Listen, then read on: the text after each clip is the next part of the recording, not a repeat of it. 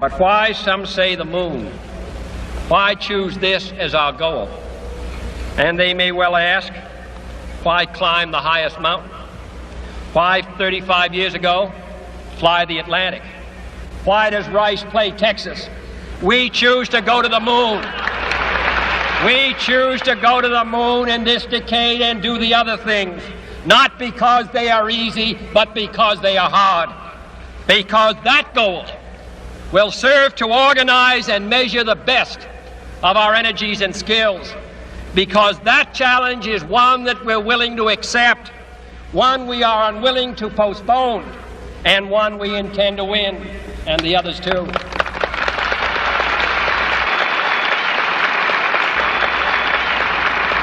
We shall send to the moon 240,000 miles away from the control station in Houston, a giant rocket more than 300 feet tall, the length of this football field, made of new metal alloys, some of which have not yet been invented, capable of standing heat and stresses several times more than have ever been experienced, fitted together with a precision better than the finest watch, carrying all the equipment needed for propulsion, guidance, control, communications, food, and survival on an untried mission to an unknown celestial body, and then return it safely to Earth, re-entering the atmosphere at speeds of over 25,000 miles per hour, causing heat about half that on the temperature of the sun, almost as hot as it is here today, and do all this, and do all this, and do it right,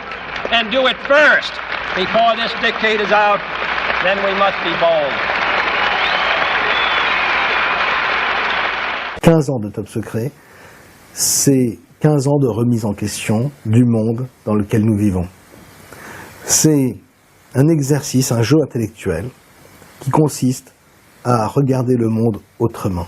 Et à ce petit jeu-là, ce qu'il y a d'assez extraordinaire, c'est que depuis 15 ans, on n'a pas cessé d'avoir des surprises.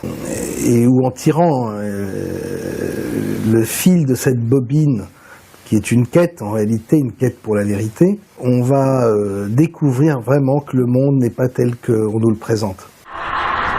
Ok petit, voilà le tableau.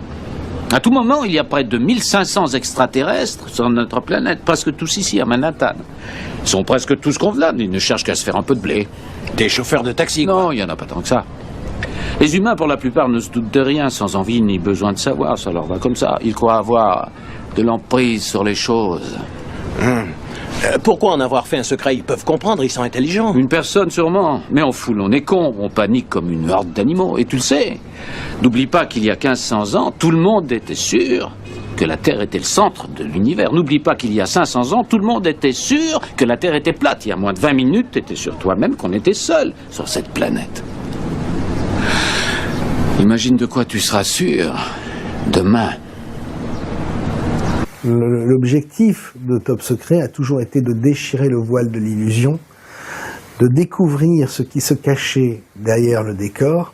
Et ce qui est étonnant, ce qui est assez amusant finalement, c'est qu'à chaque fois qu'on a réussi à ouvrir, à déchirer ce voile, on découvrait qu'on tombait devant un nouveau décor d'illusion. Les sujets qu'on traitait, qu'on a traités dès le début, c'était évidemment quelques sujets politiques, économiques, parce que c'était pas vraiment le cœur de la problématique de Top Secret. Et bon, là, il faut dire que j'étais à bonne école, puisque jeune adulte, très vite, j'ai été confronté aux mensonges politiques à l'époque, quand je travaillais dans le journal de Jean et Danalier, l'Idiot International. Top Secret, on voulait vraiment présenter une quête métaphysique. Et pour pas être complètement décentré, ou pour rester ancré quand même par rapport aux indices qu'on avait, on voulait traiter toutes ces choses-là de façon scientifique, au maximum. Alors, les premières découvertes qu'on a fait, les premiers chocs qu'on a eus, ça a été ce grand mystère de la Terre creuse.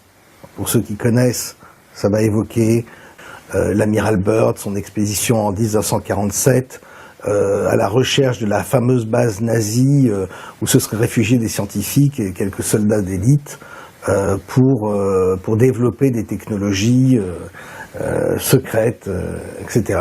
Et on sait que donc en 1947, l'amiral Byrd part avec ses 4000 hommes, avec cette armada, et qu'il va revenir au bout de quelques semaines avec beaucoup de pertes. Et les interviews de l'amiral Byrd disant que à l'avenir, les prochaines guerres verraient des engins révolutionnaires qui pourraient voler d'un pôle à l'autre. À l'époque, c'était pas évident d'aborder ce genre de sujet. Et c'était un sujet qui était très peu connu. I must say that Admiral Byrd, our guest tonight, is not only our greatest living explorer, but he's been an inspiration to countless Americans. Admiral Byrd, you've been to both the North Pole and the South Pole.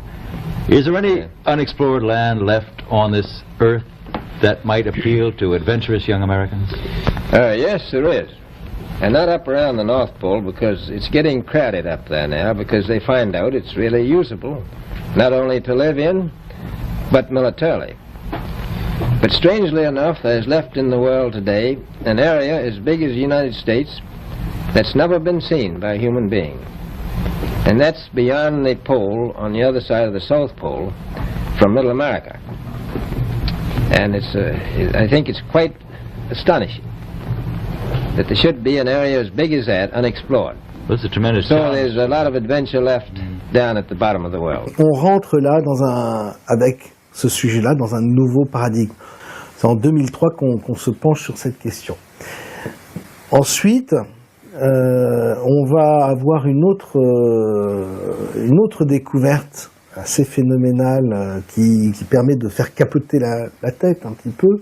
C'est la technologie justement nazie. Et on a un scientifique, un physicien, Jean-Marc Roeder, qui va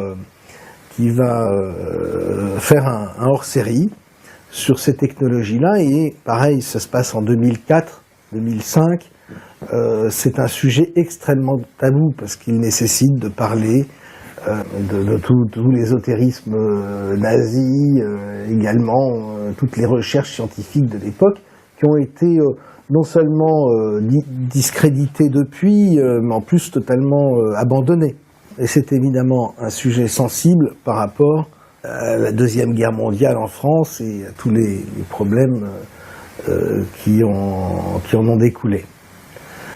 Donc, toujours dans cette volonté de refaire une nouvelle vision du monde, je lance l'impulsion de publier un hors-série sur le récentisme. Donc c'est la remise en question de la chronologie historique officielle. Et évidemment, c'est un tabou parce que avec le récentisme, on remet énormément de choses en question, et notamment les religions.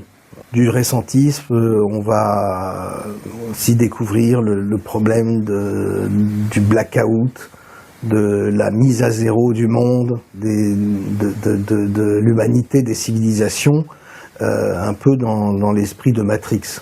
Le deuxième volet, Matrix Reload.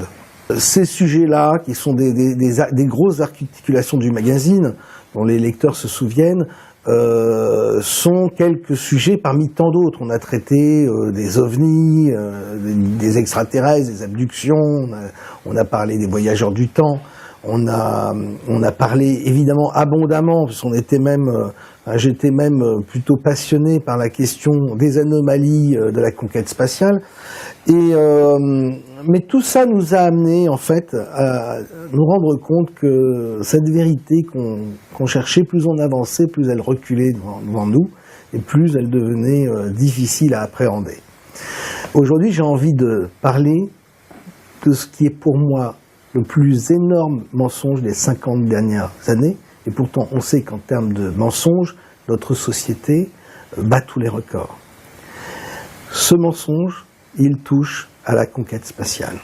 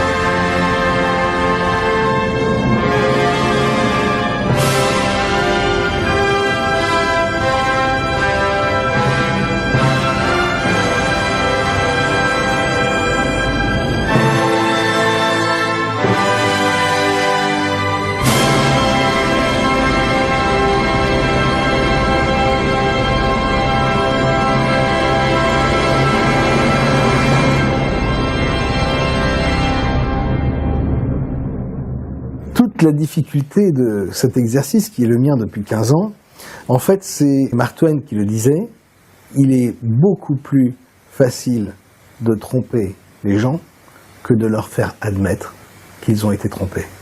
Finalement, c'est un boulot assez ingrat de montrer, là en l'occurrence au lecteur de Top Secret, à quel point nous avons tous été trompés, que ce soit sur l'état de nos connaissances au niveau de la science, mais aussi au niveau de l'histoire. Pour parler de l'histoire de cette conquête spatiale et de cette grande tromperie qu'elle représente, je vais commencer par vous rappeler un événement, un exploit que tout le monde connaît, dont tout le monde se souvient, c'est celui de 2012, celui de Félix Baumgartner, l'Autrichien qui, produit par Red Bull, va faire le saut en parachute le plus haut de l'histoire de l'humanité. On se souvient tous de ces images de Félix Baumgartner dans sa nacelle, qui a énormément d'appui logistique. Cette nacelle bénéficie de toute la science la plus pointue qui soit. Il a une combinaison qui a été fabriquée par la NASA, qui est pressurisée, etc. Je vous récapitule un petit peu l'événement, l'exploit de Félix Baumgartner. Il arrive à 30 km d'altitude. De là, cette nacelle va s'ouvrir. Il va s'avancer devant la porte de la nacelle. Il faut imaginer que son corps à ce moment-là est soumis à moins 60 degrés. Sans cette combinaison, son sang s'évaporerait immédiatement. Enfin bon, il faut voir les contraintes que c'est. Alors, les médias vont expliquer ce qu'est cet exploit, vont expliquer comment la science a permis de faire reculer les limites de l'humanité, etc.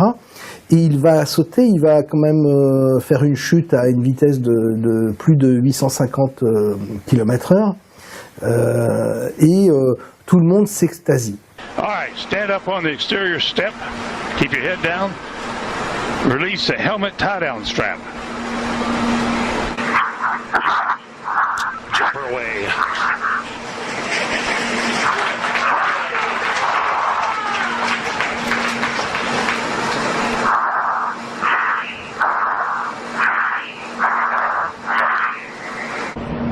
Ava Baumgartner. The wind's out of the north, 5 to 10. There's a closer shot from the helicopter.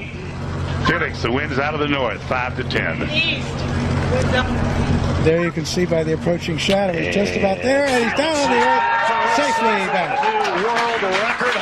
Et moi, en regardant toutes ces images, je me dis, mais il y a un petit problème quand même. Il y a un souci dans l'histoire de Baumgartner. C'est que, qu'est-ce qu'on fait de Yuri Gagarin, premier homme de l'espace?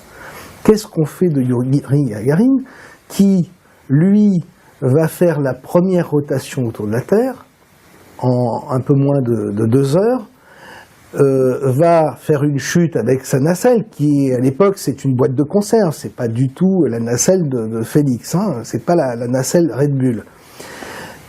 Il fait cette chute. Le bouclier de la nacelle se retrouve dans le mauvais côté, la nacelle prend feu, tout est incandescent, il est entouré de flammes, et en plein milieu de sa chute, il fait exploser les boulons de la fermeture de son module. Ça ne marche pas bien. Toujours dans cette chute-là, voici notre Yuri Gagarin en train d'ouvrir le sas à coups de botte. Il faut se représenter ça, il faut imaginer ça. Il a une combinaison qui n'est pas du tout celle de la NASA. Il arrive à s'extirper de ce module très étroit, et le voilà qui saute du module qui est en pleine chute, et qui ouvre lui-même son parachute, et qui va atterrir sur le sol soviétique, etc. J'étais très étonné qu'au moment de l'exploit de Félix Baumgartner, personne ne fasse référence à Gagarin, qui avait fait un exploit autrement plus complexe, beaucoup plus dangereux, périlleux, et qui lui-même était revenu de l'espace, premier homme de l'espace quand même, en parachute. C'était la première interrogation. Et je me suis dit, mais est-ce que c'est cet oubli? Est-ce que c'est l'aveu d'un premier mensonge lié à la conquête spatiale? Parce que finalement, il y a, avec l'affaire de Yuri Gagarin, ce premier homme de l'espace, il y a quand même beaucoup de questionnements qui se posent. C'est-à-dire, là, par exemple, le fait que sa vitesse de rotation ne correspond à aucun vol orbital en réalité. Depuis, on a le recul, et on sait qu'en 1h48, sa période de rotation autour de la Terre ne correspond à rien. On sait par exemple que quand il a annoncé qu'il était au-dessus des États-Unis, parce qu'il avait un hublot qui lui permettait de voir la Terre, il annonce qu'il est au-dessus des États-Unis, et en réalité, il l'annonce à l'avance. Il n'est pas encore au-dessus des États-Unis au moment où il le dit. Il va dire également, il va décrire les côtes d'Amérique du Sud, il va donner des détails du continent d'Amérique latine, et on va s'étonner parce qu'il ne peut absolument rien voir de ce qu'il décrit, puisque quand il passe au-dessus de l'Amérique du Sud, il fait nuit. Et il y a des tas de choses comme ça, par exemple, et ça je pense que c'est la première bizarrerie de cette histoire, de cette aventure, c'est que Yuri Gagarin, qui est le premier homme de l'espace, et qui donc va être le premier homme à voir de ses yeux la Terre depuis l'espace, ne va pas emporter avec lui d'appareil photo. Et il ne prendra donc aucune photo, il n'existera aucune preuve de son exploit. Quoi qu'il en soit, quelle que soit l'hypothèse, soit celle des soviétiques qui ne veulent pas montrer ce qu'ils ont vu, ou l'exploit de Yuri Gagarin qui n'a pas existé, de toute façon, il y a mensonge. Toujours est-il que on est en pleine guerre froide, on est en 61. Vous pensez que les Américains, qui savent très bien les différentes anomalies dont je viens de parler, vont crier au mensonge, vont dire que c'est une imposture? Pas du tout. Kennedy va féliciter Khrouchtchev. Gagarin donc sera accueilli comme un héros soviétique, le grand héros soviétique qu'on connaît, et Kennedy va lancer la course à l'espace, la course à la conquête spatiale. Et je pense qu'avec l'exploit de Gagarin, c'est la boîte de Pandore du mensonge qui s'est ouverte. Et que les deux superpuissances sont entrées dans un engrenage de mensonges qui les a menés jusqu'à l'histoire que nous connaissons aujourd'hui. Les documents qui sont à notre disposition nous permettent d'affirmer que cette lutte entre les deux blocs était en réalité un combat de catch arrangé à l'avance et scénarisé de bout en bout. Le mensonge de la conquête spatiale commence ici, en 1961. Люди всматривались в это небо и мечтали.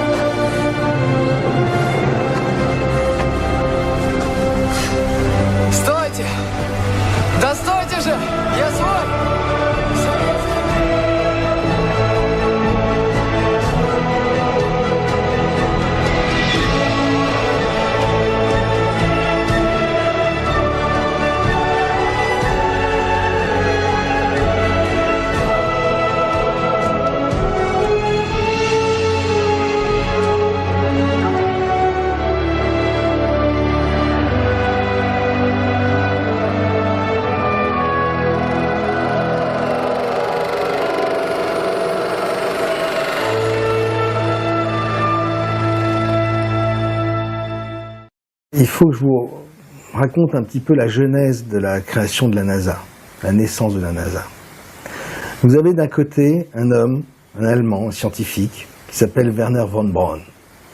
Wernher von Braun, depuis son enfance, il est passionné par Jules Verne. Et quand il se met à travailler sur les fusées allemandes, les célèbres V2, sinistrement connus à cause des bombardements à Londres, lorsque Wernher von Braun travaille sur ces fusées, il n'a qu'un rêve, c'est d'envoyer l'humanité, d'envoyer l'homme sur la Lune. Wernher von Braun va être récupéré dans le cadre de l'opération Paperclip par les Américains à la fin de la guerre, et il va permettre aux Américains de disposer de leur lanceur pour l'arme atomique. En remerciement, rapidement il obtient la nationalité américaine et ça devient une célébrité aux USA. Et puis un jour, Wernher von Braun va rencontrer un autre homme avec lequel il va devenir ami. Cet autre homme, c'est Walt Disney. Il va lui parler de son rêve d'enfant qu'il n'a jamais abandonné. Et Walt Disney va être carrément emballé par son histoire. Et à partir de ce moment-là, ces deux hommes vont mettre tout leur pouvoir, tous leurs moyens en commun pour convaincre les décideurs de l'importance de lancer la conquête spatiale avec pour l'objectif d'envoyer l'homme sur la Lune.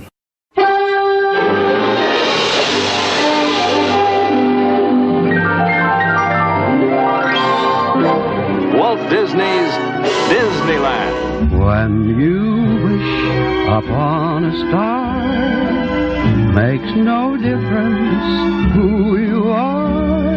On est dans les années 50. 3 films vont être produits par Disney avec Wernher von Braun, le Pentagone et l'aéronautique. Ces 3 films vont être L'homme et la Lune. The moon is sweeping past the ship at great speed, and in the brief span of about 3 hours. RM1, Station 1. We are now seeing the Earth disappear behind the moon's rim. This will be our last radio message until you see us on the other side. Le deuxième film, L'homme dans l'espace. Here to introduce you to this new series is Walt Disney. In our modern world, everywhere we look, we see the influence science has upon our daily lives. A flexible, airtight unit carrying sufficient oxygen. Featuring built-in all-purpose. Et le troisième film, Mars et au-delà. The Earth across the face of the Sun. The expedition is 700,000 miles above Mars, and the 45-day spiral in toward the planet is begun. Will he find the remains of a long-dead civilization? Or will the more conservative opinions of present-day science be borne out with the discovery of a cold and barren planet where only a low form of vegetable life struggles to survive? Ladies and gentlemen. Ces 3 films ont pour objectif de convaincre le peuple américain qu'il est essentiel et tout à fait passionnant et captivant de pouvoir envoyer l'homme dans l'espace. C'est une façon de légitimer, de justifier les coûts faramineux que va représenter ce programme. Ce travail d'influence va tellement bien fonctionner et porter ses fruits qu'en 1958 sera fondée la NASA, l'Agence spatiale américaine. Et tout ce travail aboutira au discours de Kennedy, tout de suite après l'exploit de Yuri Gagarin, le discours de Kennedy annonçant l'envoi d'un homme sur la Lune à la fin de la décennie des années 60. I therefore ask the Congress, above and beyond the increases I have earlier requested for space activities, to provide the funds which are needed to meet the following national goals. First, I believe that this nation should commit itself to achieving the goal, before this decade is out, of landing a man on the moon and returning him safely to the Earth. No single space project in this period will be more impressive to mankind or more important for the long-range exploration of space, and none will be so difficult or expensive to accomplish. We propose to accelerate the development of the appropriate lunar spacecraft. We propose to develop alternate liquid and solid fuel boosters, much larger than any now being developed, until certain which is superior. We propose additional funds for other engine development and for unmanned exploration, explorations which are particularly important for one purpose which this nation will never overlook: the survival of the man who first makes this daring flight. But in a very real sense, it will not be one man going to the moon. If we make this judgment affirmatively, it will be an entire nation. For all of us must work to put him there. À ce duo Von Braun-Disney, il faut ajouter 3 autres personnages. Il y a Robert Hanson Heinlein, qui est l'auteur de science-fiction américain, qui est l'auteur de Tom Corbett, qui a donné lieu à des séries radiophoniques et télévisées à l'époque. Il y a un auteur scientifique allemand, Heinz Harber, qui va être le conseiller scientifique des productions Disney, qui avait travaillé lui-même en Allemagne à populariser l'idée de la conquête spatiale pendant les années 30. Et enfin, il y a Willy Hurley, qui lui aussi est un auteur scientifique, qui travaille avec Disney, et qui donnera d'ailleurs le nom d'un cratère sur la face cachée de la Lune, le cratère Lay, très connu. Mais surtout, ce qu'il y a d'intéressant chez Willy Hurley, c'est que c'est un très bon ami d'un auteur de science-fiction américain qui s'appelle Arthur C. Clarke, l'auteur de 2001, l'Odyssée de l'espace, ce roman qui sera adapté pour le cinéma par Stanley Kubrick. Et là, on commence à se rendre compte qu'en fait, la genèse de la NASA, la genèse de la conquête spatiale est quand même portée en grande partie par un homme, Werner von Braun, passionné de Jules Verne, et des artisans du rêve comme Disney, qui sont des hommes de divertissement, des hommes qui sont passés maîtres dans l'histoire, dans la narration fantastique. Je rappelle que dans les 3 films de Disney dont j'ai parlé tout à l'heure, il était question de bases lunaires, il était question de découverte de pyramides sur Mars.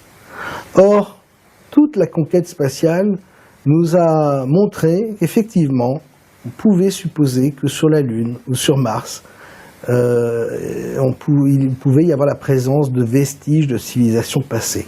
Tout ça est raconté dans les 3 premiers films de Disney, au point qu'on se demande si la conquête spatiale n'a pas suivi depuis l'origine jusqu'à maintenant un scénario qui a été écrit à cette époque, dans la fin des années 50. On retrouve évidemment les anomalies sur la Lune, sur Mars. On retrouve évidemment sur le site de Sidonia les fameuses présences de ces pyramides qui ont fait tellement de polémiques au cours de ces 30 dernières années. Pendant des décennies, les chercheurs de vérité ont toujours dénoncé les mensonges de la NASA. Notamment, ont toujours dénoncé les problématiques de ce qu'ils découvraient sur les images que la NASA présentait au public. Mais on a toujours pensé, moi le premier, parce que j'ai sauté à pieds joints dans cette combine, on a toujours pensé que ces mensonges touchaient aux anomalies liées à une civilisation passée qui aurait déjà conquis le système solaire, ou que ce mensonge était lié à la présence d'extraterrestres. Et ça, c'était par rapport aux lumières, aux anomalies, aux engins, aux ovnis que l'on pouvait entreapercevoir sur quelques documents vidéo appartenant à la NASA et que la NASA nous présentait.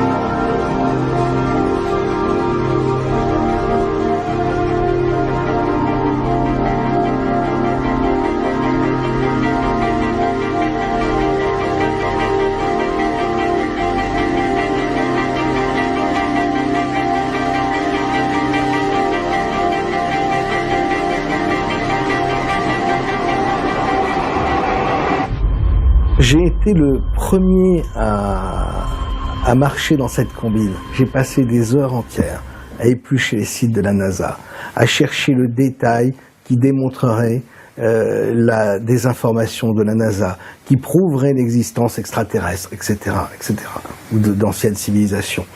J'ai passé là-dessus, sur ce travail, des milliers d'heures, jusqu'à aujourd'hui, jusqu'au moment où je me suis rendu compte qu'en réalité, tout cela était un leurre, et que la NASA ne nous avait jamais montré que ce qu'elle voulait qu'on voie. Et qu'en réalité, ces anomalies, ces différentes choses mystérieuses qui apparaissaient sur les documents étaient un moyen de nous empêcher, d'empêcher les chercheurs de découvrir une vérité bien plus terrible, dont l'origine remonte à Werner von Braun et Disney, qui est le fait que toute cette conquête spatiale repose sur un immense mensonge et est en réalité un vaste spectacle.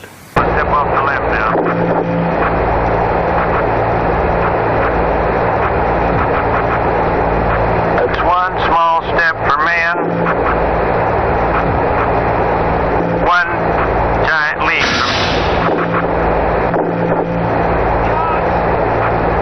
So, I guess you want to do it again. Okay.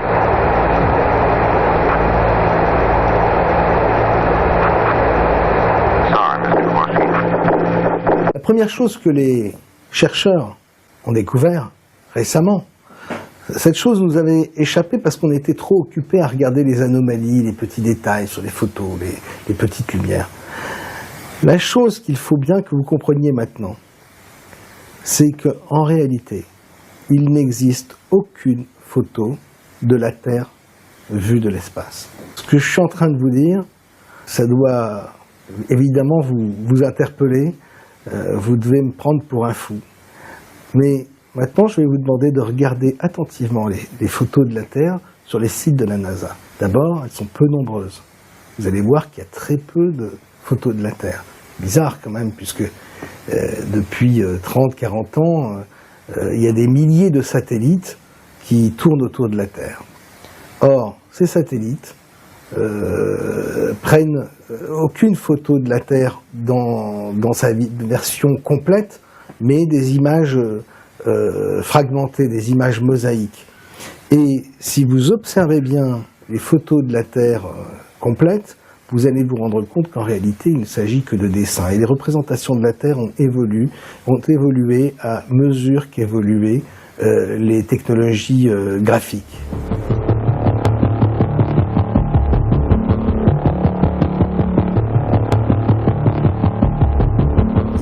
Il faut que vous sachiez une chose importante, c'est que les photos de la Terre les plus connues, quand je dis photos, mettez des guillemets, les photos de la Terre les plus connues datent de 1972, les dernières. Les dernières photos de la Terre qui sont dans les encyclopédies, dans les livres scolaires, etc., sont les photos qui ont été prises par les missions Apollo. Depuis, il n'y a plus une seule photo de la Terre. Si vous regardez ces photos, qui datent donc des années 70, vous allez vous rendre compte qu'il y a plein de problèmes autour de ces images. En réalité, ce sont bel et bien des dessins. Je vais vous donner un élément, un indice, un élément de preuve de cette supercherie. Vous allez taper dans Google la Terre en rotation sur 24 heures. Vous allez avoir quelques vidéos, il n'y en a pas tant que ça. Mais regardez les vidéos des années 80-90 de la Terre qui tourne sur elle-même. Il y a plusieurs versions qui proviennent de différentes méthodes. Mais ce qu'il y a de surprenant dans ces images, dans ces vidéos, dans ces images de la Terre qui tournent sur elles-mêmes, c'est que les nuages qui sont au-dessus du globe ne bougent pas. Alors, quand vous vous levez le matin chez vous, que vous levez les yeux au ciel, vous allez voir le soleil, vous allez voir un beau temps, et puis dans l'après-midi, dans le soir, il peut y avoir un grain, il peut y avoir de la pluie, etc. Ce n'est pas le cas dans ces vidéos de la Terre en rotation. Ensuite, la rareté des photos de la Terre est très suspecte. Comme je vous l'ai dit, il y a des milliers de satellites. Comment se fait-il qu'aucun de ces satellites ne photographie la Terre à toutes les secondes? C'est-à-dire que les photos de la Terre devraient être ce qu'il y a de plus fréquent, de plus visible sur Internet. Ça devrait être les photos les plus visitées, les plus vues. Or, c'est tout le contraire. Quand je vous parle de dessin pour les images de la Terre, ça va tellement loin qu'il y a même certaines photos, et une qui est très connue, une photo prise par Apollo de la Terre pleine, où on voit carrément les nuages de la Terre qui sont en fait faites en copier-coller, et vous avez des formes de nuages qui sont doublées, triplées, etc. On voit vraiment qu'il s'agit d'un montage. Maintenant, la question que j'ai envie de vous poser, moi, c'est comment expliquer qu'à une époque où tout le monde fait des selfies, des dizaines de milliers de selfies à longueur de journée, et que nous sommes tous dans un monde de l'image où nous prenons tous des photos sans arrêt, comment se fait-il qu'il n'y ait pas un satellite de préférence géostationnaire, c'est-à-dire situé à 36 000 km, qui permettent d'avoir le recul pour photographier la Terre pleine?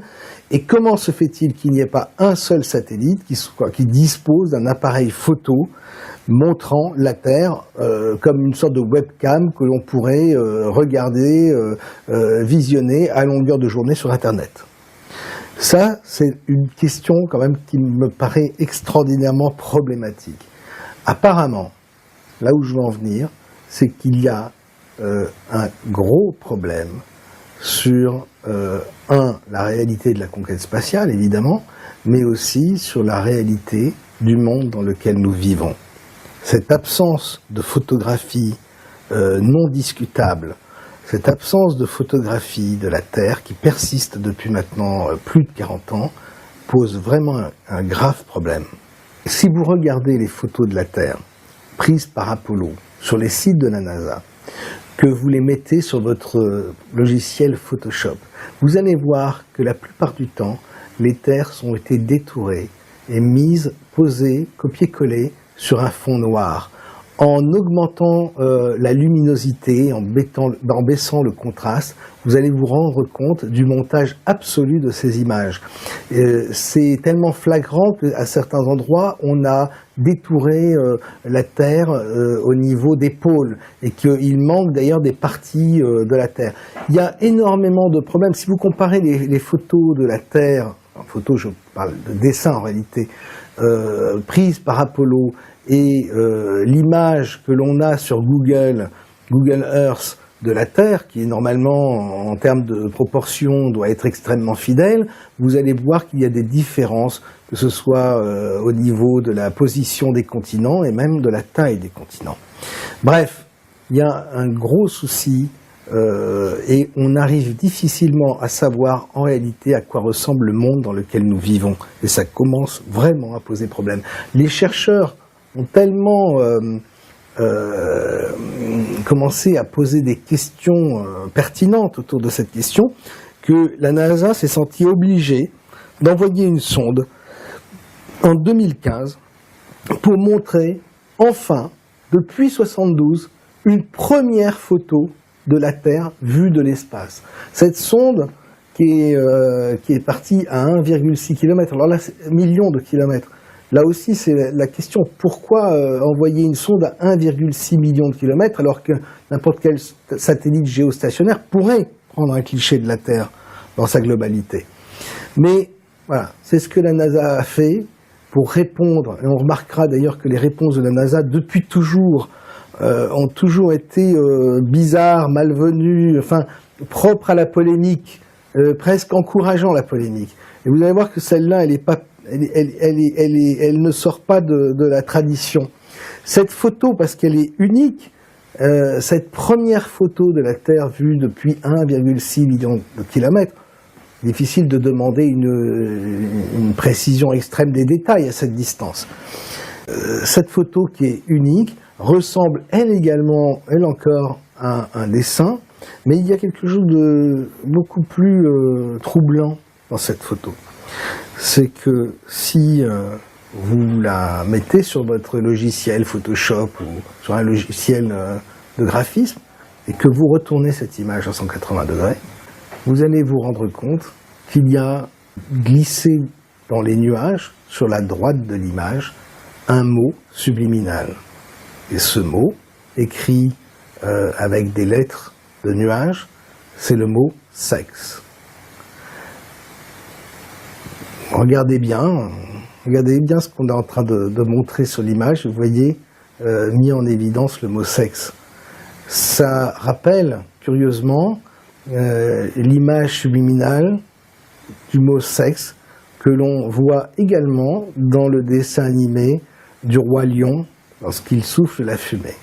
C'est un petit clin d'œil à Disney. Mais vous verrez que des clins d'œil à Disney, il y en a beaucoup dans l'histoire de la conquête spatiale. Je ne sais pas si c'est un employé de la NASA qui a voulu faire une blague potache, mais en quel cas c'est quand même un gros risque de la part d'un employé de faire une chose pareille sur une image qui va être regardée par la planète entière. C'est la première photo de la Terre depuis les années 70. Donc ça me paraît peu probable. Par contre, si ce sont les décideurs qui ont donné l'ordre de glisser un message subliminal sur cette photo, cela montre à quel point ces gens nous considèrent comme du bétail. On nous dit également qu'il y a des milliers de débris spatiaux tout autour de la Terre. Comment se fait-il qu'on ne voit jamais un satellite? Et lorsque on a ces images de la Terre en rotation, lorsque l'on a ces photos de la Terre, il n'y a jamais aucun satellite qui apparaît. Voilà encore un signe qui montre qu'en fait nous avons affaire à des dessins. Je sais à quel point le fait de vous dire que toutes les photos de la Terre sont fausses, sont des images 3D qui ont évolué avec le temps, avec le graphisme, mais en réalité, ces images de la Terre ressemblent de plus en plus aux images que vous allez voir dans les films Star Wars. Les images des planètes sont à l'identique des images de la Terre telles qu'on nous la présente aujourd'hui. Je sais à quel point ce genre de révélation va vous troubler. Et c'est pour ça que maintenant, on va passer en revue toutes les problématiques et tous les indices qui montrent bien que la NASA est véritablement, là j'insiste sur ce mot véritablement, un spectacle d'illusion totale et que tout est mensonge. Par exemple, vous savez que le nouveau programme d'alunissage avec le vaisseau Orion, sur lequel travaille actuellement la NASA, il y a un des spécialistes, un des experts de la NASA qui a pris dernièrement la parole et qui a expliqué les difficultés de cette nouvelle mission d'alunissage qui était programmée pour les années 20. Et dans les arguments qu'il lance, il explique qu'il va falloir, avant toute chose, résoudre un problème extrêmement délicat, celui de la traversée de la ceinture de Van Allen. C'est, vous savez, cette ceinture de radiation. C'est-à-dire que, imaginez Tchernobyl, imaginez ce qu'était Tchernobyl au moment de l'explosion et le taux d'irradiation des gens qui se sont approchés du réacteur pour colmater la brèche, etc. La ceinture de Van Allen, en termes de radiation, il faut multiplier ça par des milliers de fois plus fort. Et ce scientifique explique qu'il va falloir qu'il y ait des mesures prises, des boucliers anti-radiation, etc. Et que ce problème n'est toujours pas résolu.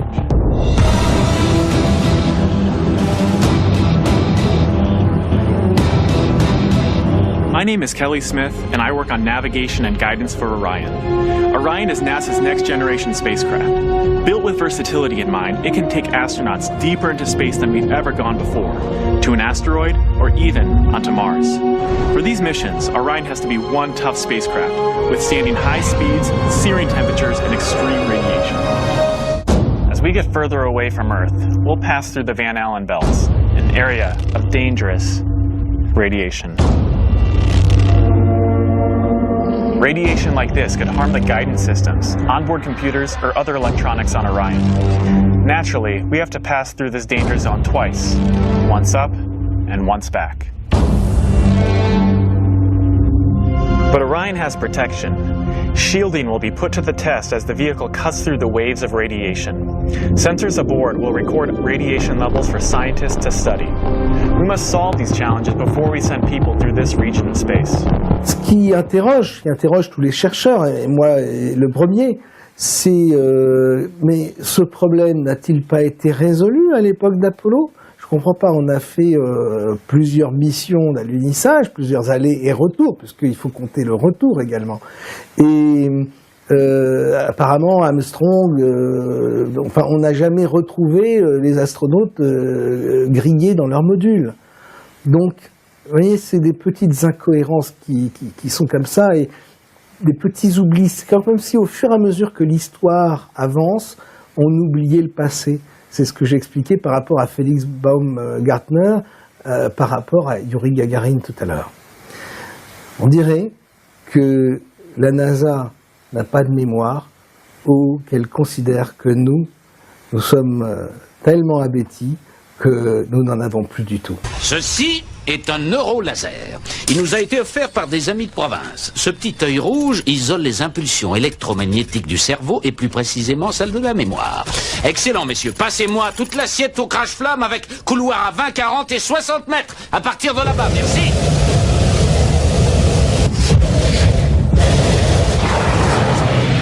Parfait. Merci. Mais qu'est-ce que c'est que ces conneries? Excellente question.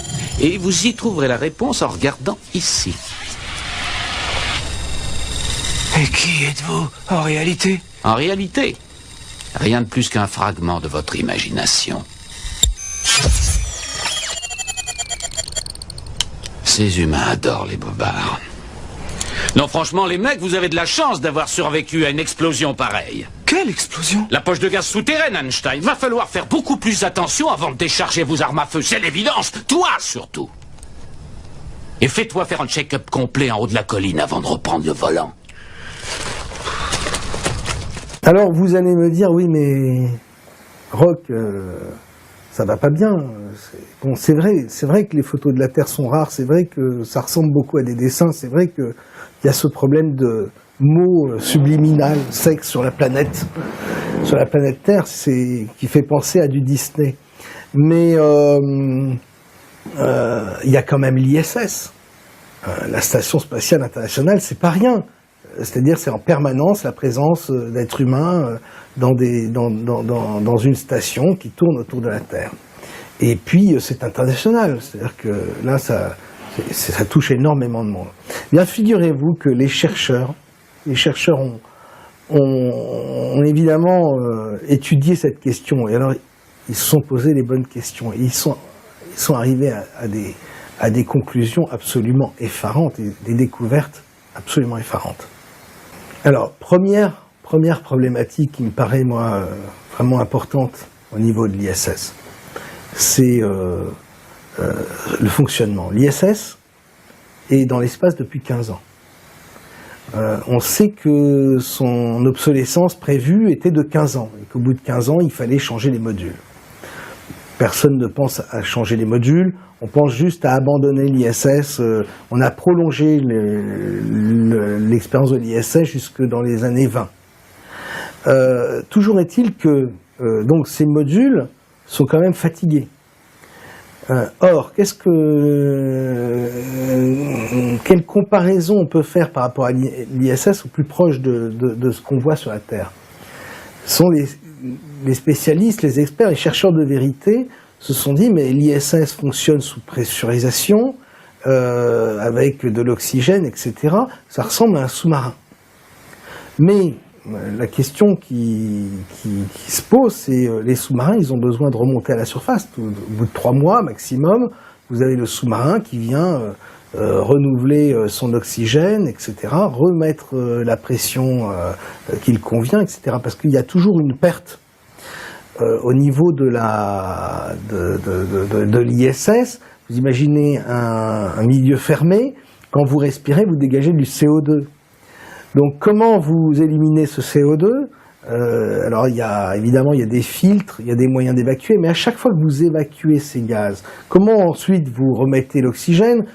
Respecter le bon dosage, parce que la moindre erreur de dosage c'est la mort assurée pour les membres de l'équipage. Et à chaque fois que vous évacuez ces gaz, vous perdez en pression.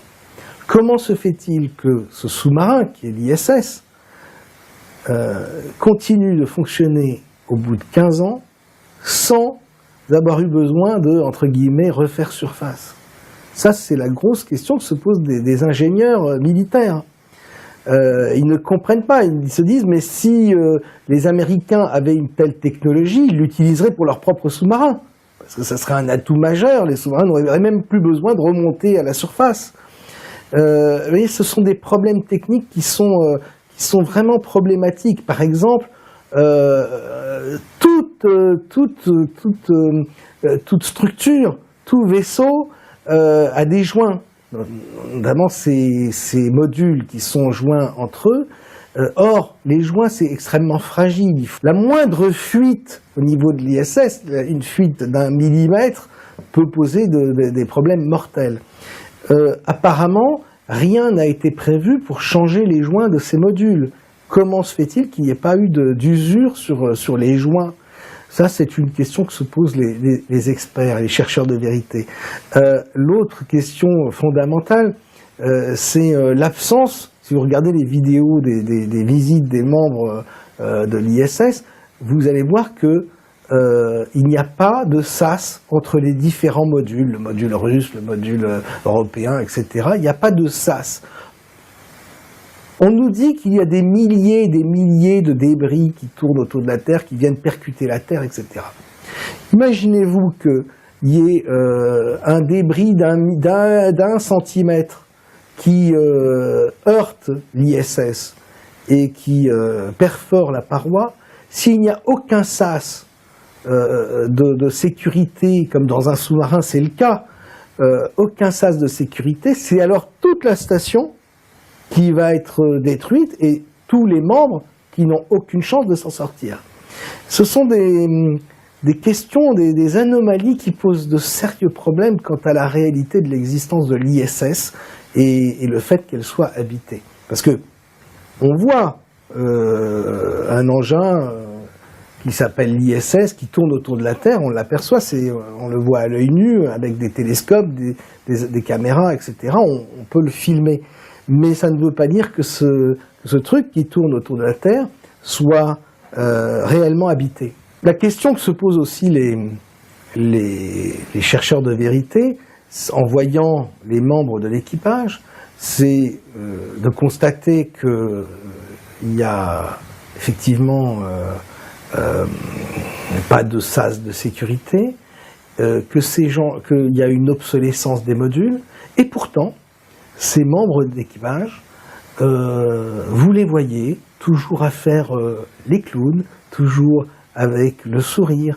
Ce sont des gens qui, quand même, à chaque seconde de leur présence dans la navette spatiale, dans l'ISS, à chaque seconde, risquent de mourir. C'est-à-dire le moindre débris qui vient toucher l'ISS, c'est la mort assurée, pour les raisons que je vous ai expliquées tout à l'heure. Eh bien, vous avez pourtant ces gens-là qui galopent, qui font des cabrioles, tout ça en t-shirt, en polo et en bermuda.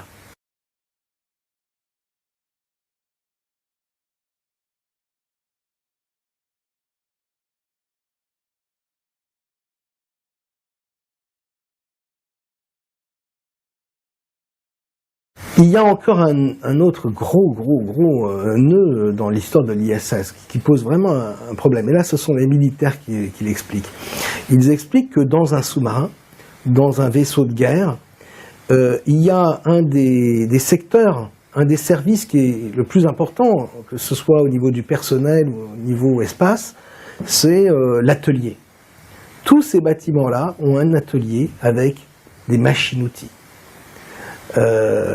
C'est indispensable, il l'explique bien, c'est-à-dire que vous avez toujours une tôle qui se détend, qui se distord, vous avez toujours des déformations, je parlais tout à l'heure des joints. Il y a toujours dans ce genre de bâtiment des réparations à faire de toute urgence. Et là, on ne parle pas de se promener avec des peluches ou déguisés en gorille entre des sas en faisant les clowns. C'est-à-dire que c'est une question de vie ou de mort. Il y a des machines-outils. Or, dans l'ISS, avec la moindre étincelle, c'est un danger parce qu'il y a tous ces gaz. Il y a tous ces gaz, l'azote, etc., la fabrication d'oxygène avec de l'hydrogène, etc. Enfin, tout ça est extrêmement dangereux. Et une machine-outil fait toujours des étincelles quand elle travaille. Donc, il y a impossibilité d'utiliser ce genre d'outils. Mais l'absence de machine-outil dans l'ISS est aussi un élément très problématique, parce qu'on sait bien que c'est pas en amenant depuis la Terre des boulons, des parties de tôle, etc., qu'on va tomber du premier coup sur le bon écrou qui va bien se caler dans la pièce qu'il faut, et tout ça avec la plus extrême étanchéité, c'est-à-dire qu'on est de l'ordre du millionième de millimètre. Pas de machine-outil, vous ne verrez pas dans l'ISS d'atelier. Les seuls outils disponibles qu'on peut voir, c'est la fameuse trousse à outils du bricoleur du dimanche avec le tournevis et puis la pince, c'est tout. Ça, ce sont des éléments vraiment qui sont très... C'est-à-dire que une fois qu'on a mis le nez là-dedans, on se dit « Waouh, la NASA, elle est allée trop loin. Elle est allée trop loin. Elle n'a pas pensé à ces choses-là. Le petit détail des joints, depuis 15 ans, ça fonctionne. Jamais de fuite. La moindre fuite, c'est la mort assurée pour ces hommes. Mais non, ils continuent de faire la fête, et de travailler, de faire leurs expériences scientifiques dans cette navette. Alors, vous me direz, oui, mais on les voit. On voit bien ces hommes-là. Ils sont bien... en apesanteur, en train de travailler, de faire du sport. Voilà. On nous montre ces vidéos, souvent en direct. On va se rendre compte qu'en réalité, ces vidéos sont coupées, sont scénarisées, sont mises en scène. Il y a une vidéo sur Internet qu'on voit, on voit un homme qui se brosse les dents, et derrière, en arrière-plan, un montage avec des personnages qui sont plus les mêmes derrière. Enfin bref, des trucs assez grossiers. Finalement, on a l'impression que la NASA veut qu'on se rende compte que tout ça est scénarisé, ou alors, c'est comme je disais tout à l'heure, c'est vraiment, ils se fichent complètement de nous. Comment expliquer ces images de ces membres d'équipage en apesanteur? Alors, il y a deux façons de le faire. Vous avez les avions 0G. C'est-à-dire que ces avions permettent de simuler une apesanteur. Donc on peut très bien, avec un habile montage, en fait, filmer dans un décor d'ISS des membres d'équipage étant en apesanteur, avec derrière un fond vert où on va montrer des images, même des vidéos simulant une profondeur de l'ISS. C'est tout à fait faisable. Il y a quand même des éléments aussi, les chercheurs de vérité ont mis le doigt sur certains éléments qui attestent effectivement d'un trucage de certaines vidéos, avec des coupes qui ne sont pas naturelles. On va observer que les femmes, souvent les femmes qui ont une longue chevelure, sont permanentées. Et c'en est même ridicule, hein. Il y a un petit côté grotesque, avec des cheveux qui ne bougent pas tellement ils sont permanentés, alors que même dans les avions 0G, les cheveux se comportent de façon tout à fait naturelle. Il y a l'avion 0G pour ça, et puis il y a une autre technique, c'est tout simplement les câbles. C'est-à-dire vous avez des membres d'équipage qui sont suspendus à des câbles et qui sont derrière un fond vert et qui peuvent faire toutes les acrobaties qu'ils veulent en apesanteur. Ça avec la permanente, notamment la chevelure permanentée de l'astronaute.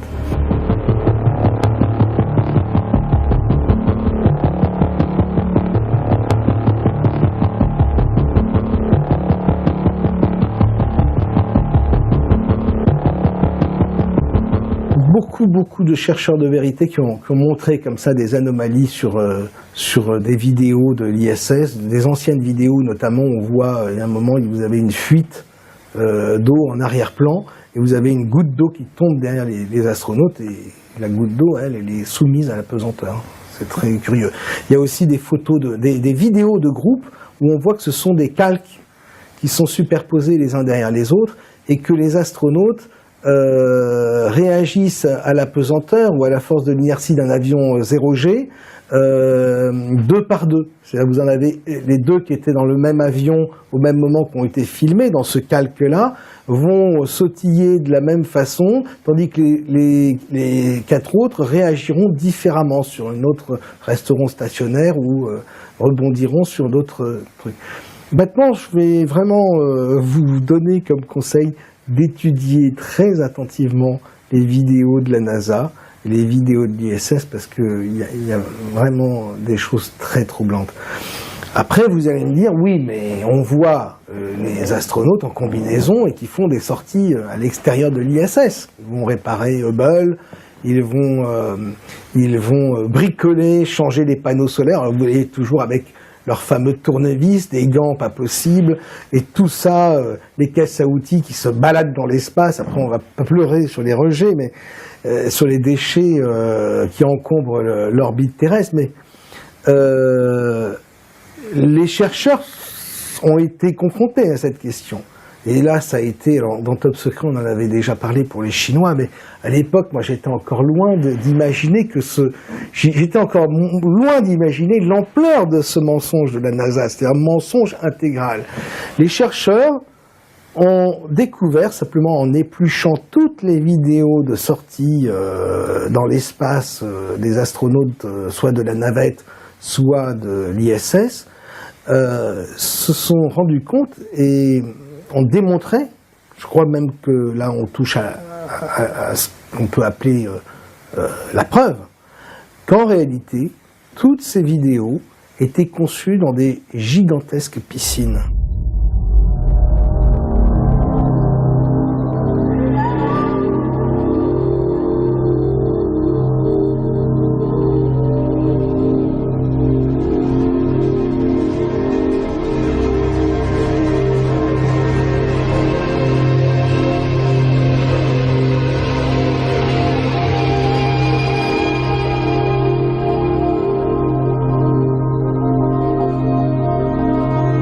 Et alors, il y a toutes sortes d'anomalies, des reflets de projecteurs qui ne devraient pas être là.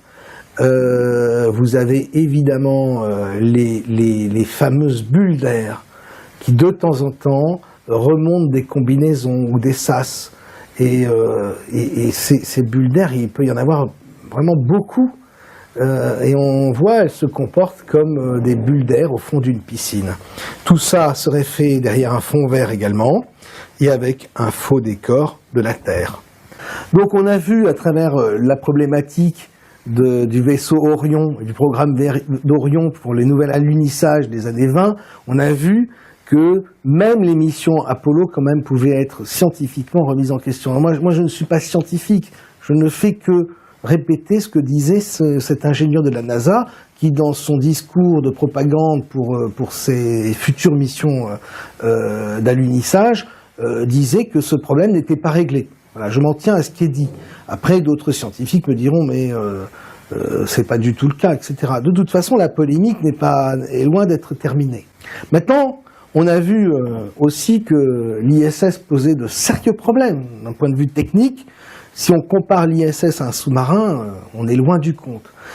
Je vais revenir aux missions Apollo, parce que mettre en doute les missions Apollo complètement gratuitement, c'est juste en se basant sur Van Allen, c'est un peu léger. Il y a deux autres éléments qui sont aussi très lourds dans un autre registre. C'est le fait que les images originales des missions Apollo aient disparu. On n'en est plus que des copies. Ça pose quand même souci. On va revenir à nos artisans du spectacle, à ces auteurs de science-fiction, etc., puisqu'il est supposé que ce soit en réalité Stanley Kubrick, l'ami de Willy Ley, qui aurait tourné les missions lunaires. Donc un des autres soucis en rapport avec Apollo, et qui n'est pas des moindres, c'est les pierres lunaires qui ont été rapportées de ces missions.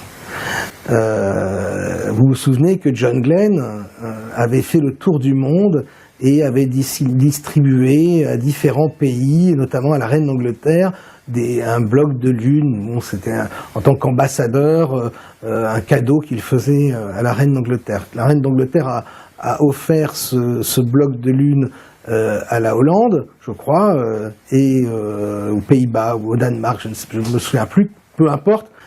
Toujours est-il que ce bloc de pierre a été finalement, au bout de quelques années, quelques décennies, analysé. Et on a remarqué que c'était pas du tout de la pierre lunaire, que c'était tout simplement du bois fossilisé. Et le problème, c'est que d'autres blocs lunaires ont été analysés et que eux aussi ont montré qu'ils avaient les mêmes structures que de la pierre terrestre, notamment de roches qu'on peut trouver en Antarctique. Tout ça fait que les éléments de preuve de l'existence des missions Apollo est de plus en plus tenus, quoi. Ce sont de plus en plus légers, et le doute est plus que permis. Bon, ça me gêne de dire ça parce que, je vous dis, moi j'ai bouffé, entre guillemets, j'ai travaillé sur toutes ces questions-là, j'ai cherché pendant des années des anomalies, mais à un moment, lorsqu'on est confronté à ce genre de problème, il faut savoir reprendre son sac de chercheur et repartir de zéro pour essayer de voir où se trouve la vérité. Finalement, ce qu'on peut en conclure des différents éléments que je viens de souligner là, c'est que tous les éléments de preuve de l'existence des missions Apollo tombent les uns après les autres, et que on peut de plus en plus penser et avoir confirmation que ces programmes, cette conquête spatiale est un véritable spectacle d'illusion digne d'Hollywood, et même avec un budget bien supérieur à celui de Hollywood. Car à un moment, il faudra aussi se poser la question de savoir où va l'argent. We are T-minus 18 seconds from liftoff. We're T-minus 15 seconds. Would you and your men please follow me? Hey, what the hell is this? This is an emergency. Please follow me, now! T-minus 10 seconds. 9, 8. We have ignition. 6, 5. We have outboard engines. 3.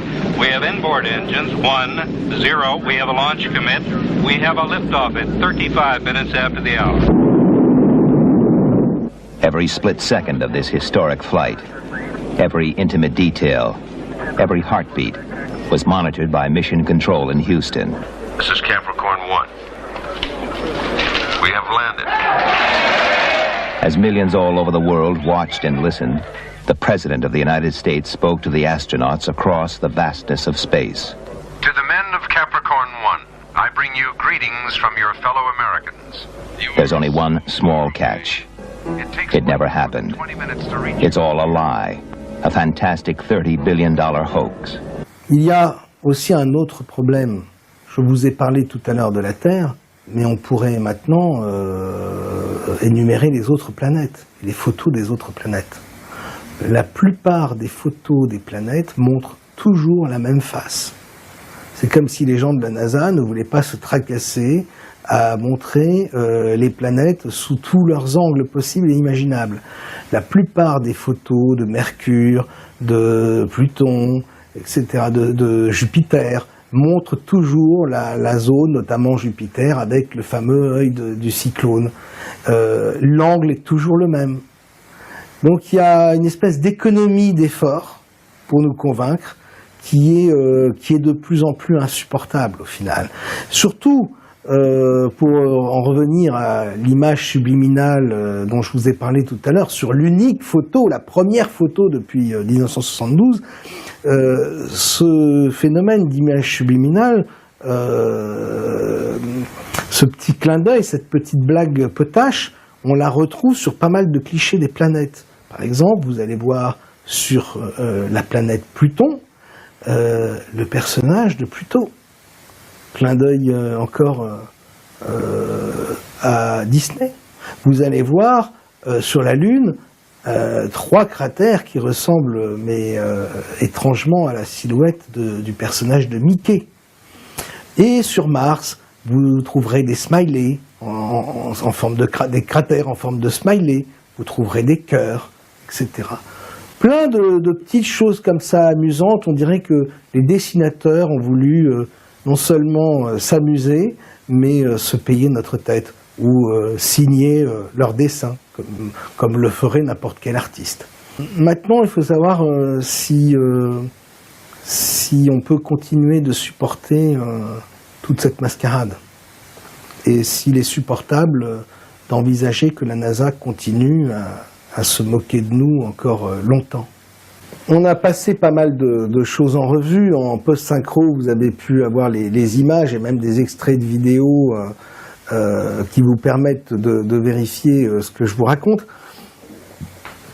Mais vous allez me dire encore, mais tous ces satellites dans l'espace, ils existent, on les voit. Alors déjà, il y a 2500 satellites environ qui sont actifs, qui tournent autour de la Terre. Il y en a beaucoup plus qui ne fonctionnent plus, qui sont en cours de descente, mais il y en a 2500 qui fonctionnent. On voit depuis le sol, à l'œil nu, dans les meilleurs cas, 2 à 3 satellites par heure dans une nuit. Ça fait pas beaucoup sur 2500 satellites.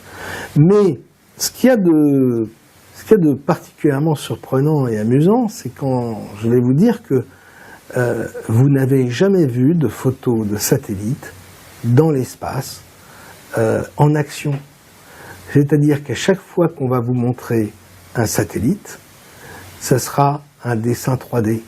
Ce sera encore du graphisme, et toujours du graphisme.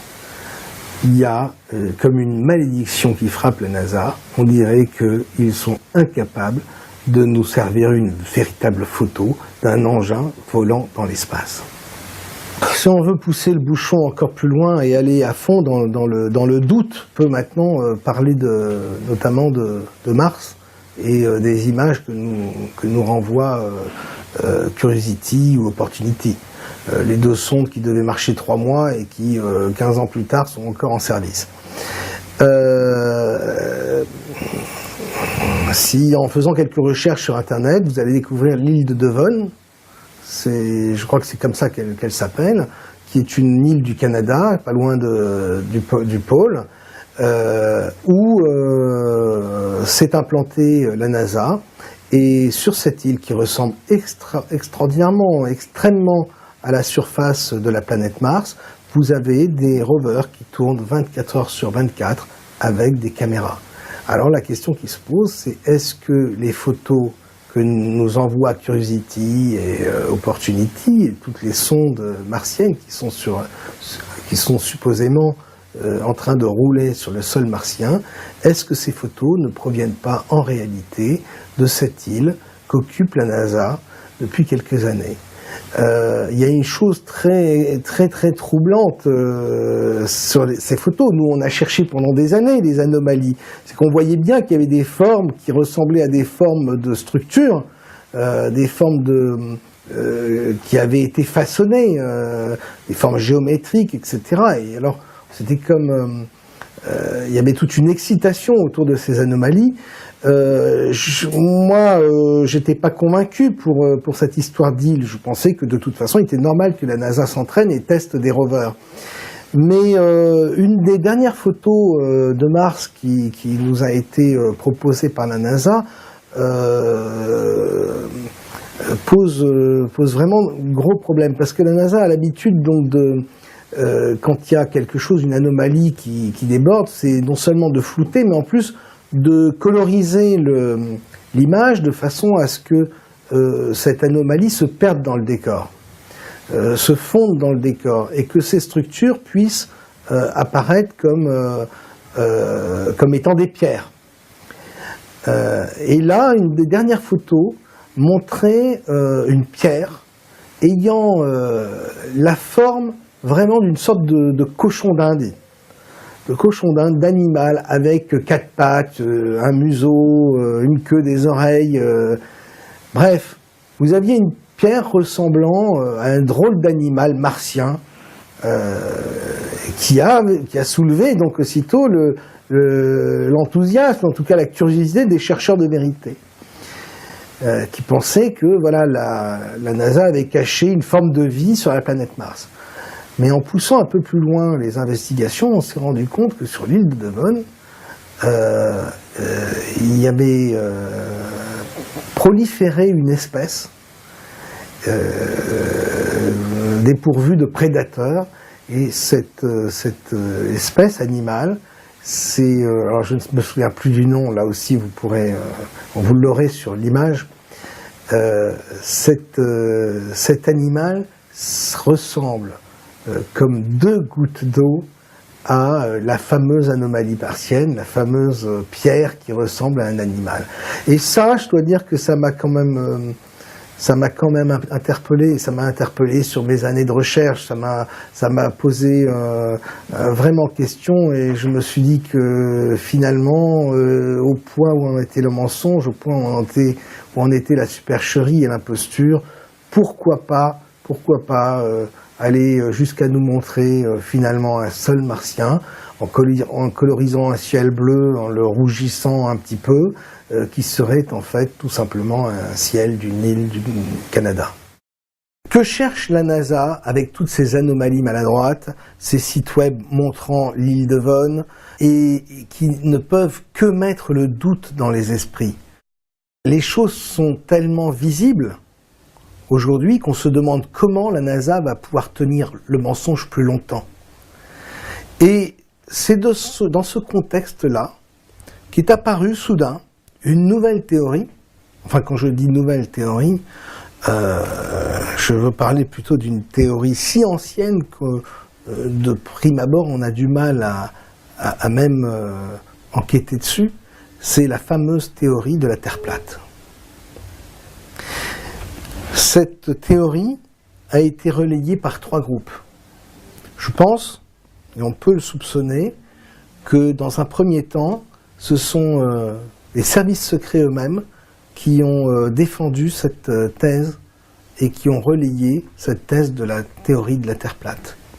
Derrière, c'est emboîté sur le pas des services des groupes religieux, intégristes religieux qui, évidemment, voyaient là l'opportunité de montrer la véracité de la Bible et de la parole de Dieu. Et derrière, le 3e groupe, ce sont les chercheurs de vérité qui, sincèrement et naïvement, ont été convaincus, surtout par les aspects scientifiques qui étaient avancés dans l'argumentation de cette théorie de la Terre plate.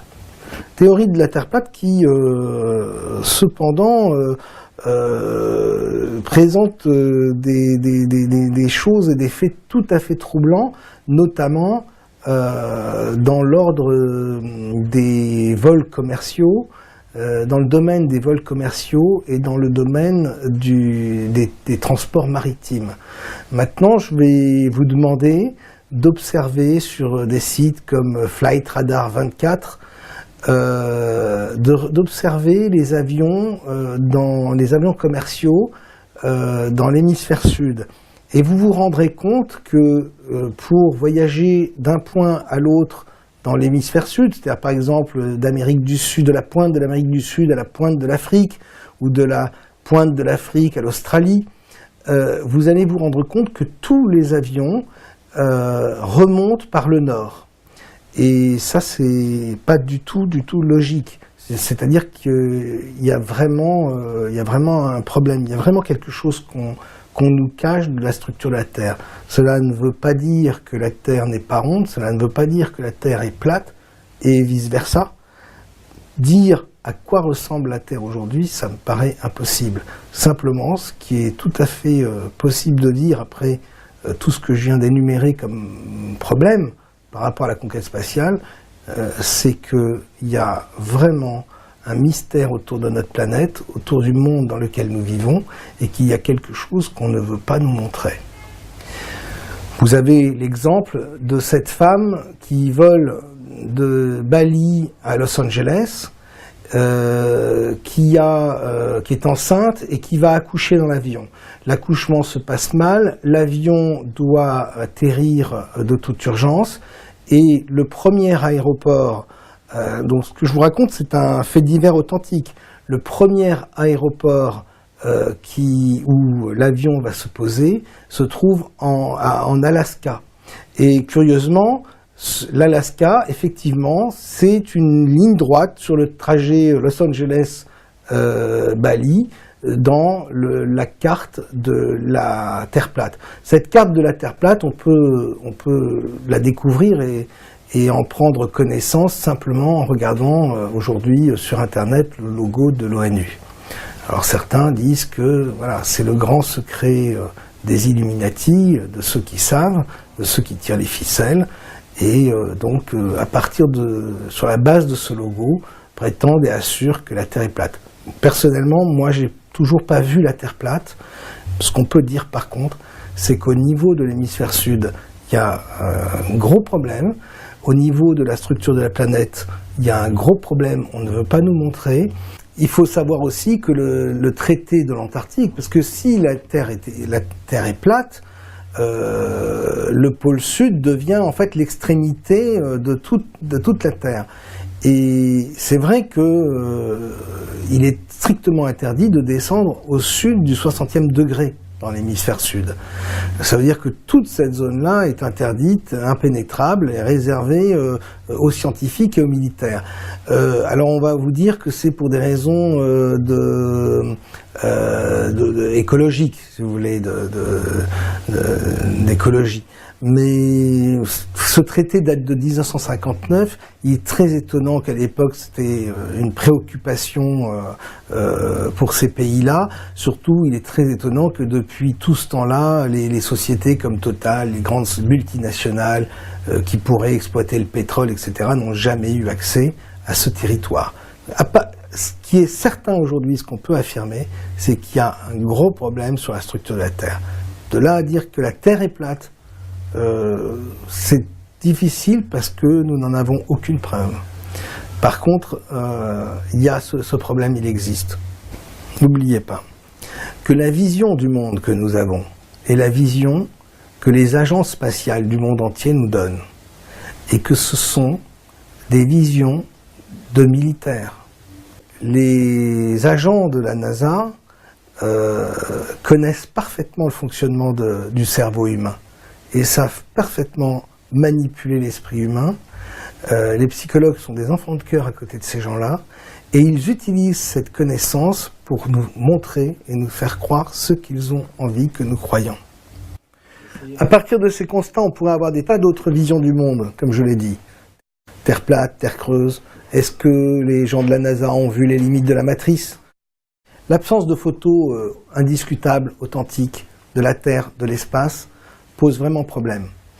On peut supposer que la NASA détient des photos qu'ils ne veulent pas nous montrer. Ont-ils découvert que la Terre était plate? Parce que l'importance de ces missions dans les années 50, c'était que jusque dans les années 50, on n'avait aucune photo de la Terre. Les hommes savaient que la Terre était ronde, qu'elle tournait sur elle-même, qu'elle tournait autour du Soleil, mais il n'en existait aucune preuve. Et avec les progrès technologiques, il fallait donner aux êtres humains une représentation crédible de la Terre. Et c'est comme ça aussi qu'ont été impulsés ces programmes spatiaux. Donner une preuve de la validité des théories scientifiques. Et on se demande si la NASA ne s'est pas trouvée confrontée soit à des photos d'une Terre qui n'était pas ronde, qui ne tournait pas sur elle-même, ou carrément à une Terre plate, ou en tout cas aux limites de la matrice, à un dôme, etc. On peut imaginer qu'ils ont rencontré une anomalie extraordinaire. Mais en tout cas, affirmer quelle est cette anomalie et revenir à la théorie de la Terre plate défendue par le dogme religieux, je ne suis pas sûr que ce soit un pas qu'il faut faire aujourd'hui. C'est une anecdote assez sympathique, assez savoureuse. Le lancement le 5 février 2002 de la fusée Atlas V montre un truc absolument exceptionnel au bout d'1 minute du lancement de la fusée. La fusée va passer vraiment dans la dernière zone de nuages et provoquer on dira qu'elle a traversé le mur du son. Mais en traversant le mur du son, il y a des effets physiques dans l'atmosphère, comme une pierre qui tomberait dans l'eau et qui projetterait des ondes, si tu veux. Et le ciel va réagir comme un liquide. Et là, on a vraiment la sensation que cette fusée Atlas 5, ce jour-là, a traversé, a crevé une membrane. Est-ce que c'est une première membrane invisible de la matrice qui nous entoure? Je ne sais pas. Mais c'est pas toutes les fusées qui nous ont permis d'observer un phénomène aussi curieux.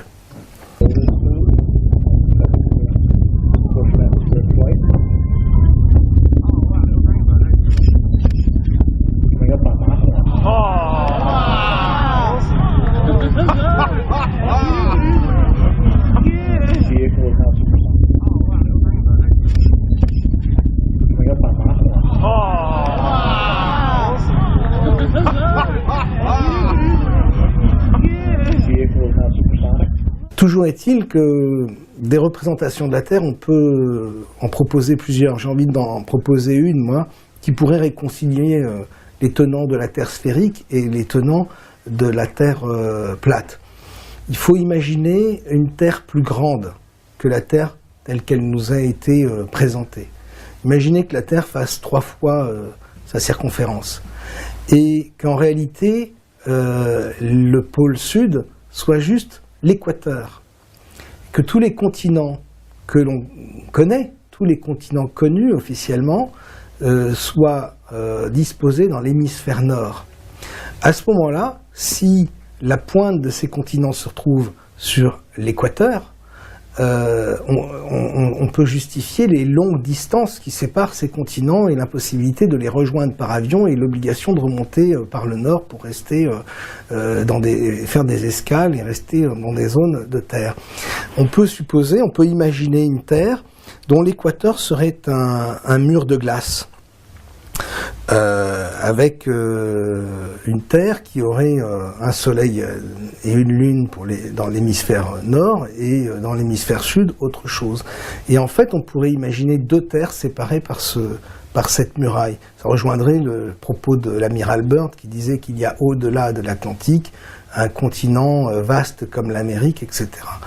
On peut imaginer que cette Terre, cette autre moitié de la Terre dans l'hémisphère sud, qui serait un peu la représentation que j'en fais serait celle de Star Wars, où l'on montre la Terre, une planète noire qui est coupée en 2 par un mécanisme, etc. Là, ça serait une muraille. Ça rejoindrait l'image du film, de la série Game of Thrones, qui parle d'un mur de glace, et derrière vivraient des sauvages. Alors on peut supposer qu'il y a aussi des êtres humains qui vivent de ce côté-là, mais aussi un côté de la Terre qui serait un peu moins étanche en termes de dimensions, avec d'autres dimensions qui pourraient y pénétrer. Mon explication de cette Terre qui serait beaucoup plus grande permet d'expliquer pourquoi les chercheurs, en se mettant sur le bord d'un lac et regardant l'autre côté du lac, n'arrivent pas à trouver ni à voir la courbure. Ça expliquerait aussi pourquoi depuis 30 km d'altitude, on ne voit pas de courbure. Si la Terre est beaucoup plus grande qu'on nous la présente, effectivement, ça se justifie. Il y a également une chose qui est certaine, c'est que la carte Mercator, les cartes de la Terre, sont complètement fausses également.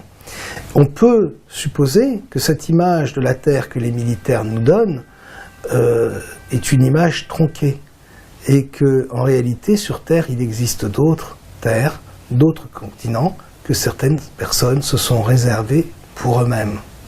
On serait confiné dans une sorte de réserve, dans un zoo, et alors que au niveau de cet équateur, derrière cette muraille de glace, chère à Game of Thrones, il y aurait d'autres continents, une autre terre complètement vierge, dans laquelle ils pourraient régner en maître, récupérer toute la matière, toutes les ressources qu'ils veulent. Évidemment, tout ça reste une hypothèse. Mais ce que j'ai envie de dire, bien que je sache que les bouddhistes attendent pour les 1000 prochaines années l'âge d'or qui devrait bientôt arriver, moi j'ai plutôt envie de dire que peut-être l'hiver approche.